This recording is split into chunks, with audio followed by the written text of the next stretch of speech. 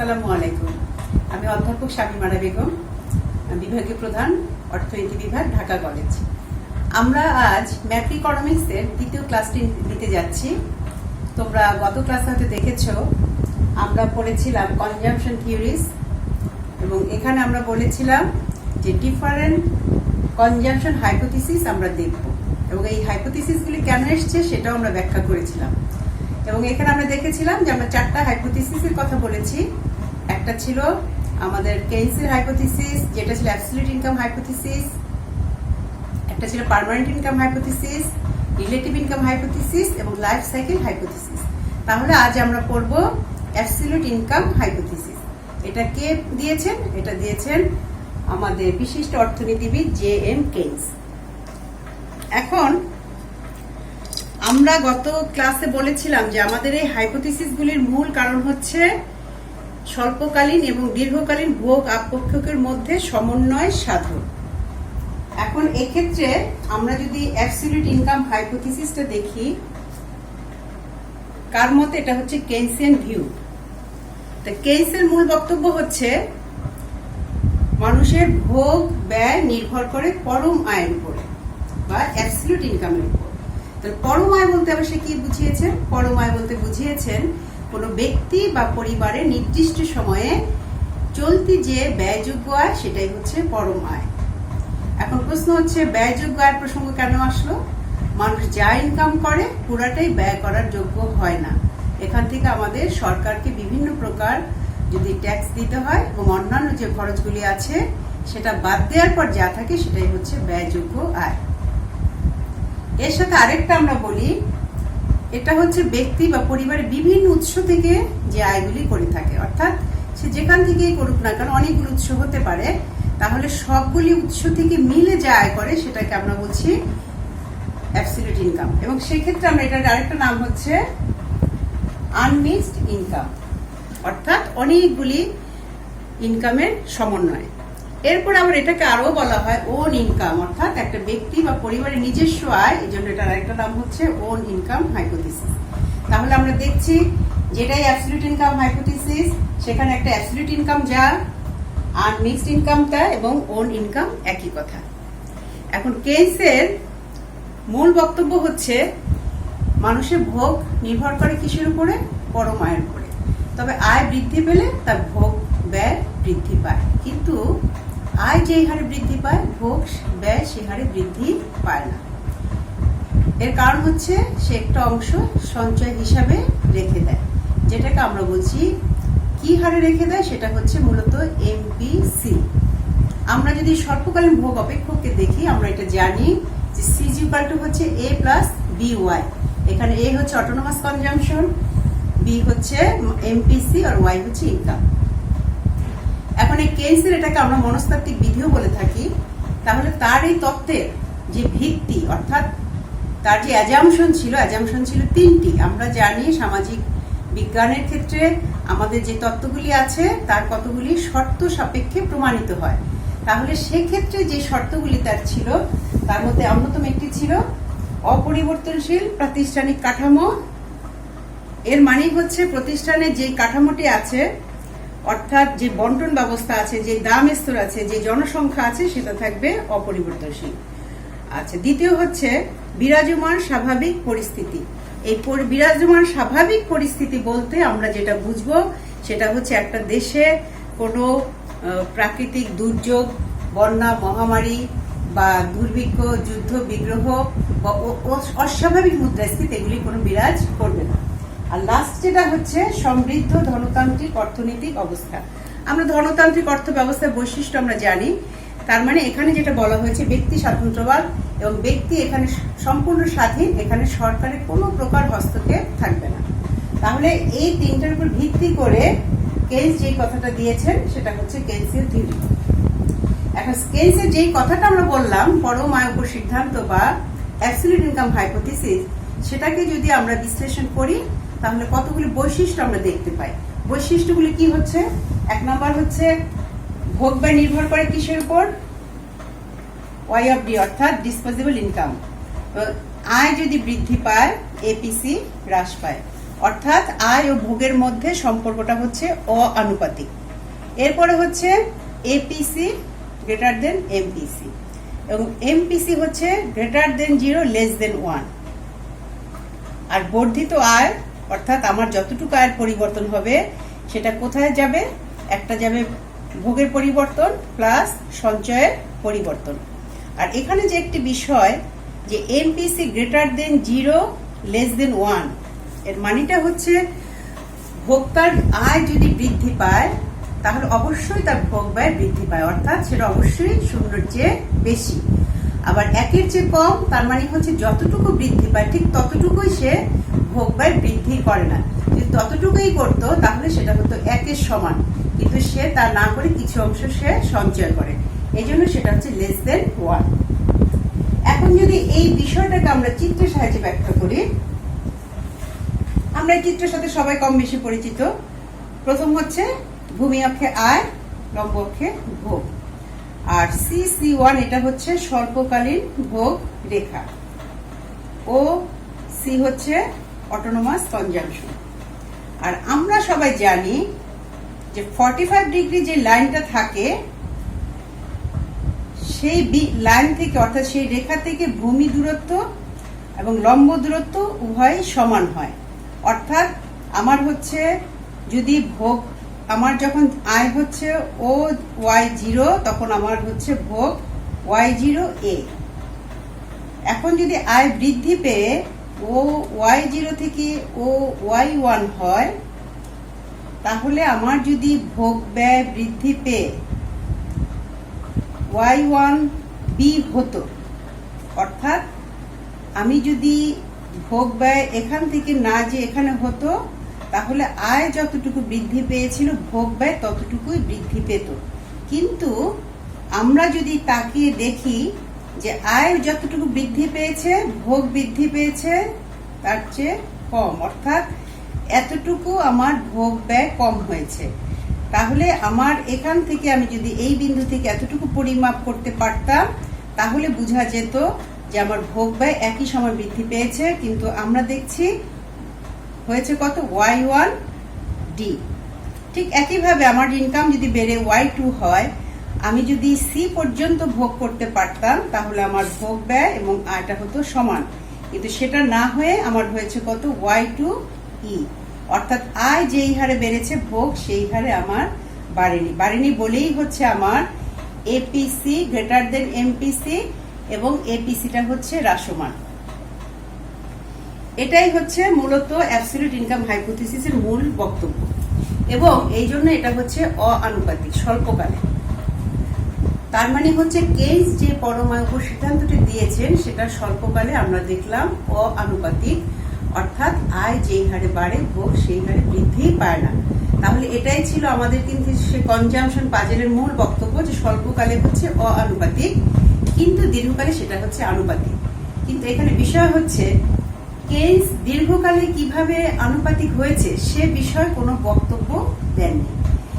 তাহলে আমরা দেখলাম কেইস শুধুমাত্র স্বল্পকালে বক্তব্যই দিয়েছেন, কিন্তু দীর্ঘকালে কিভাবে সমন্বয় হয়েছে সে বিষয়ে সে কোনো বক্তব্য রাখেনি। কিন্তু তারই ছাত্র আর্থার স্মিথ সে এর পক্ষে বক্তব্য দিয়েছেন। এখন যদি আমরা সেই স্বল্পকাল এবং দীর্ঘকালের মধ্যে সমন্বয় সাধন করতে যাই তাহলে আমার দেখতে হবে সে আর্থার স্মিথের সেই বক্তব্যটি। তাহলে আমরা যদি আবার এখানে চলে যাই তাহলে আবার এটা বলছি এটা হচ্ছে স্বল্পকালের একটা ভোগ অপেক্ষক রেখা এবং ভোগ অপেক্ষক থেকে ভোগ রেখা, এবং এখানে আমরা দেখলাম আমার ভোগটা হচ্ছে অআনুপাতিক, অর্থাৎ আয় যেই হারে বাড়ছে ভোগ সেই হারে বৃদ্ধি পাচ্ছে না। এখন আমরা চলে যাচ্ছি কেইসির ছাত্র আর্থার স্মিথিস এবং জেমস টবিনের ড্রিফটেড কনজাম্পশন হাইপোথিসিস, অর্থাৎ আমাদের কেইসির যে ছাত্র আর্থার স্মিথিস সে বলছেন যে মানুষের ভোগ ব্যয় একটা সময় তাড়িত হয়। তাড়িত হওয়া মানেই হচ্ছে মানুষের ভোগ ব্যয়টা আয় যত বৃদ্ধি পায় তার নতুন নতুন ভোগ্য পণ্য অভ্যস্ত হয়ে যায়, সে যেই ভোগ ব্যয় করতে অভ্যস্ত হয়ে থাকে সেখান থেকে সে তার আর উন্নত জীবনযাপনে অভ্যস্ত হয়ে যায়। এই জন্য এটার নাম হচ্ছে মূলত ড্রিফটেড কনজাংশন হাইপোথিসিস। তাহলে এটা কে দিয়ে এলো? এটা দিচ্ছে হচ্ছে কেইন্সেরই ছাত্র আর্থার স্মিথিস এবং জেমস টবিন। এখন এটাকে যদি আমরা চিত্রের সাহায্যে ব্যাখ্যা করি তাহলে আমরা দেখি এটা একটা স্বল্পকালীন ভোগ রেখা এবং এখানে দেখা যাচ্ছে আয় যখন y0 তখন ভোগ ব্যয় হচ্ছে y0 a। আমার যদি এক্ষেত্রে আয় বৃদ্ধি পেয়ে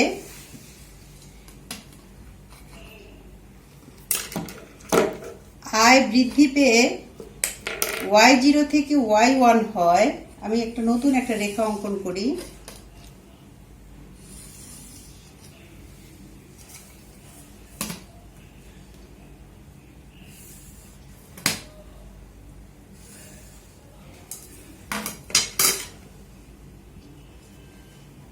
এটা দেখলাম C, C2, C, C3, A, B, C, D, E, F। এখন আর্থার স্মিথিস বলছেন যে কোনো ভোক্তা তার আয় যদি বৃদ্ধি পায়, অর্থাৎ সে যদি y0 থেকে y1 হয়, তখন তার ভোগ ব্যয় হওয়ার কথা y1 y d, কিন্তু সে C1 রেখায় অবস্থান না করে সে উপরের ভোগ রেখায় চলে যায়, অর্থাৎ তার নতুন ভোগ রেখা হচ্ছে C2 এবং তার ভোগ ব্যয় হচ্ছে y1 b। ঠিক একইভাবে তার ইনকাম যদি বেড়ে y1 থেকে y2 হয় তাহলে তার ভোগ ব্যয় y2 ই না হয়ে হয় y2 c। অর্থাৎ এখানে দেখা যাচ্ছে তার ভোগ আয় বৃদ্ধির সাথে সাথে তার নতুন করে ভোগ অভ্যাসের জন্য আমার চাহিদা ভোগ রেখা অর্থাৎ C1 থেকে C2, C2 থেকে C3 হয়ে যাচ্ছে, অর্থাৎ এটা ড্রিফট হচ্ছে, অর্থাৎ তাড়িত হয়ে এখান থেকে এখানে যাচ্ছে, এখান থেকে এখানে যাচ্ছে। এর ফলে কি হচ্ছে? এর ফলে দেখা যাচ্ছে আয় বৃদ্ধির সাথে সাথে ভোগ ব্যয় বৃদ্ধি পাচ্ছে এবং C/Y অর্থাৎ আমার APC স্থির থাকছে, অর্থাৎ APC হ্রাস না পেয়ে আমার কি থাকছে? স্থির থাকছে এবং APC হচ্ছে MPC। তাহলে আমরা দেখলাম স্বল্পকালে যেটা ছিল অআনুপাতিক, দীর্ঘকালে সেটা হয়ে গেল আনুপাতিক। এর কারণটা হচ্ছে এখন যদি আমরা দেখি ABC রেখা যোগ করি, এখানে প্রত্যেকটাতে আমরা দেখছি APC সমান। এখন প্রশ্ন হচ্ছে কেন এই আমরা নতুন নতুন রেখাতে শিফট করলাম, অর্থাৎ কেন ড্রিফটেড হলাম? এখন এটার কারণ বলতে বুঝিয়েছেন, এটা কারণ বলতে আর্থার স্মিথিস বলেছেন যে মানুষ মূলত আয় বৃদ্ধির সাথে সাথে সে নতুন নতুন ভোগ্য পণ্যে বা নতুন নতুন পণ্যে সে অভ্যস্ত হয়ে যায়, অর্থাৎ সে নতুন নতুন পণ্যের ভোগ করতে অভ্যস্ত হয়, ফলে তার এই রেখাটা উপরের দিকে শিফট হয়। আমরা যদি নিজেদেরই কথা বলি, আমাদের যত ইনকাম যখন বেড়ে যায় দেখা যায় আমরা হয়তো নতুন ব্র্যান্ডের কাপড় চোপড় পরিধান করি, নতুন ব্র্যান্ডের হয়তো কসমেটিক্স ব্যবহার করি, অথবা আর উন্নত মানের ব্র্যান্ডের হয়তো আমরা গাড়ি ব্যবহার করি। দেখা যায় যে আমরা যেখানে আছি আয় বৃদ্ধির সাথে সাথে আমি উন্নত জীবনযাপনে অভ্যস্ত হয়ে যাই, এটা হচ্ছে একটা। আর 2 নম্বর হচ্ছে শহর ও গ্রামের পরিবেশগত যে পার্থক্য, অর্থাৎ একই আয়ের দুটি পরিবার যদি দুই জায়গায় অবস্থান করে, অর্থাৎ কেউ শহরে অবস্থান করছে কেউ গ্রামে অবস্থান করছে, অথচ দুই পরিবারের ইনকামের স্তরটা এক, সেক্ষেত্রে দেখা যায় গ্রামের লোকের যেই ভোগ অভ্যাস শহরে সেটা তার চেয়ে অনেক বেশি, অর্থাৎ এপিসিটা তখন কি হয়? বেশি হয়। এটাকে আমরা বলে থাকি অনেক সময় যে সিচুয়েশনাল বা রেসিডেন্সিয়াল যে ডিফারেন্সটা হয়, এই কারণেও আমার এই রেখাটা এখান থেকে এখানে যেতে পারে। আরেকটা হচ্ছে পেশার ধরনের পরিবর্তন। পেশার ধরনের পরিবর্তনটা হচ্ছে কি, যে যেই পেশায় আছে সে যদি পেশার ধরনটা পরিবর্তন করে সেক্ষেত্রেও দেখা যায় যে তার কি হয়? জীবনযাত্রার ক্ষেত্রে একটা পরিবর্তন আসে। আমি যদি উদাহরণ হিসাবেই দেই যে কেউ হয়তো বা বাংলাদেশে একটি পেশায় নিয়োজিত আছেন, সে যদি পেশা চেঞ্জ করে বাংলাদেশেরই অন্য কোনো পেশায় নতুন একটি পেশায় যোগদান করেন, সেখানকার পরিবেশ পরিস্থিতি দেখা যায় তার ভোগ অভ্যাসকে প্রভাবিত করে, অর্থাৎ ওই পরিবেশের অর্থাৎ যেখানে সে চাকরি করছে সে নতুন পরিবেশের চাকরির পরিবেশের জন্য তার ভোগ অভ্যাস পরিবর্তন হতে পারে। এমনকি কেউ হয়তো বাংলাদেশে আছেন, সেই শ্রমিক যদি বিদেশে অবস্থান করে, সে যদি বাইরের দেশে চলে যায়, সেক্ষেত্রেও দেখা যায় যে সেই ব্যক্তির ভোগ অভ্যাস পরিবর্তন হয়, অর্থাৎ সে উন্নত পণ্য ভোগ সামগ্রী বা অন্য কিছুতে অভ্যস্ত হয়ে যায়। এর ফলে কি হয়, সে এই রেখা থেকে এই রেখা, এই রেখা থেকে সেই রেখায় যায় এবং এই ক্ষেত্রে এপিসিটা কি হয়, স্থির থাকে। তবে এটা কখন প্রযোজ্য হচ্ছে, সেটা হচ্ছে অবশ্যই দীর্ঘকালে, এটা স্বল্পকালে নয়। তাহলে এখান থেকে আমরা যেটা দেখলাম যে আমরা যদি আলাদা করে চিন্তা করতাম, এটা একটা স্বল্পকালীন ভোগ রেখা, এটা একটা স্বল্পকালীন ভোগ রেখা, এটা একটা স্বল্পকালীন ভোগ রেখা, কিন্তু সবগুলি মিলে যদি আমি চিন্তা করি সেটা হচ্ছে দীর্ঘকালীন অবস্থান। অর্থাৎ আয় বৃদ্ধির সাথে সাথে দীর্ঘকালে স্বল্পকালে যেটা ছিল অআনুপাতিক, অর্থাৎ এপিসিটা ধীরে ধীরে হ্রাস পাচ্ছে, কিন্তু আমরা দেখছি দীর্ঘকালে এপিসিটা কি হচ্ছে, স্থির থাকছে। অর্থাৎ স্বল্পকালে যেটা ছিল অআনুপাতিক, দীর্ঘকালে সেটা হচ্ছে আনুপাতিক। তাহলে আমরা দেখলাম যে এটা হচ্ছে কার বক্তব্য, কেইন্স যে বক্তব্যটা দিয়েছিলেন স্বল্পকালে অআনুপাতিক, দীর্ঘকালে আনুপাতিক, সেই সম্পর্কে সে কোনো বক্তব্য না রাখলেও তার বক্তব্যটাকেই সমর্থন, তার বক্তব্যটাকেই যদি আমরা বলি, টেনে নিয়ে গিয়েছেন কে, তারই ছাত্র আর্থার স্মিথিস এবং টবিন। তাহলে আমরা দেখলাম আমাদের সেই যে আমাদের ছিল কনজাম্পশন পাজেল, বা যেটাকে কুজনেট পাজেল বলেছিলাম, যে স্বল্পকালে অআনুপাতিক কিন্তু দীর্ঘকালে আনুপাতিক, আমরা সেই জিনিসটা এখানে আবার নতুন করে দেখতে পেলাম। অর্থাৎ এদেরই বক্তব্যটা সেটাই সমর্থন করে যে স্বল্পকালে ভোক্তা যে আচরণ করে, দীর্ঘকালে সেই আচরণ ভোক্তা করে না। সেটা আমরা দেখেছি ক্রস সেকশন ডাটা এবং টাইম সিরিজ ডাটা দিয়ে আমরা সেটা প্রমাণ করতে পেরেছি। তারপর আমরা কিন্তু বলবো যে এই তত্ত্বের কি কোনো সমালোচনা নেই, অবশ্যই আছে, এবং সমালোচনা থাকে বলেই পরবর্তী তার উন্নত মানের তত্ত্ব বা উন্নত কিছু বের হয়ে আসে। কোনো কিছু সমালোচনা না থাকলে সেটা থেকে বের হয়ে আসা বা ভালো কিছু আমরা বের করতে পারি না। ঠিক একইভাবে এখানে যেমন কেইন্সের তত্ত্বের মূল বক্তব্য ছিল ভোক্তার আয় অভ্যাস কিসের উপর নির্ভর করে, পরম আয়ের উপরে, কিন্তু পরবর্তীতে আমরা দেখেছি এবং কারো কারো বক্তব্য আমরা শুনেছি ভোক্তার আয় অভ্যাস শুধুমাত্র পরম আয়ের উপর নির্ভর করে না, বরং পার্মানেন্ট ইনকাম, রিলেটিভ ইনকাম এগুলির উপরেও নির্ভর করে। এমনকি দাম স্তরের উপরেও মানুষের ভোগ অভ্যাস অনেকখানি নির্ভর করে।